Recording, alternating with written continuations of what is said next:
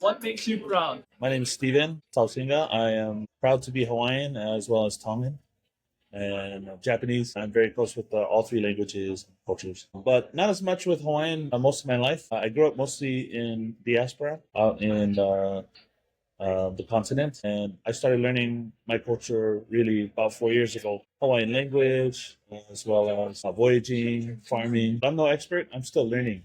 I'm just really grateful. If there's anything I learned from it, it can be summed up in a Hawaiian scripture that kind of led me at the beginning of my journey, which is "Mai maka oi, mea wa oi aku na mea, wa oi aku na poe me mako, ma moa na poe me lako," which is "Fear not, for there are a lot of people who are with you more than those who are against you."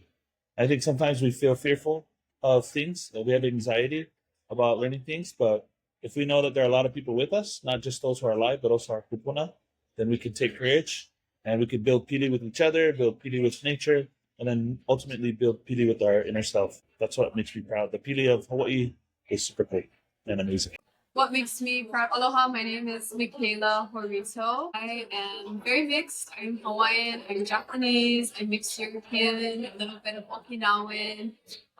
But I'm very proud to be Kanaka Maoli, to be Hawaiian. Similar to Steven, I grew up in diaspora. I grew up in Utah. A lot of these cultural spaces and resources were things I didn't get to grow up with. Coming to Hawaii when I was in 5th grade, I came for Ho'omaka'ikai explorations, and that was kind of like my gateway, my culture. And from there, my life has always led me on a path back to cultural spaces, to BYU Hawaii, majors in Hawaiian studies. I'm now a part of this Va'a Ohana, and even though I'm still very new in this space, I'm so proud and humbled to be in a space like this, where our Ike Kupuna is the priority, where reconnecting with our ancestors and their knowledge is something that we recognize the importance with, and it's just so eye-opening, it's inspiring, it guides me in my life, and it helps me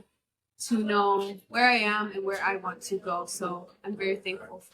Aloha, my name is Lucy Lee. I'm also a mix of different cultures, mostly Hawaiian and Chinese, but I have other kind of smaller parts of me in there as well. Overall, being in cultural spaces has taught me is that the best way to serve community is to remain a student and to be open to learning. Even the idols that we look up to and we revere as our leaders and our captains still place themselves in the seat of a student. They're always learning in a world that's ever changing. And so the best way to grow as we go is to remain malleable and be open to learning and changing your minds about things. There are lots of different Chinese proverbs about plants, and when they are still alive, they're malleable, they're full of water, they're open to moving. And only when we become still and unwilling to bend, that's when we are dying, right? And so continuing to live life with the open and the willingness to learn, I think, is beautiful part of our culture. Aloha, thank you. Yeah.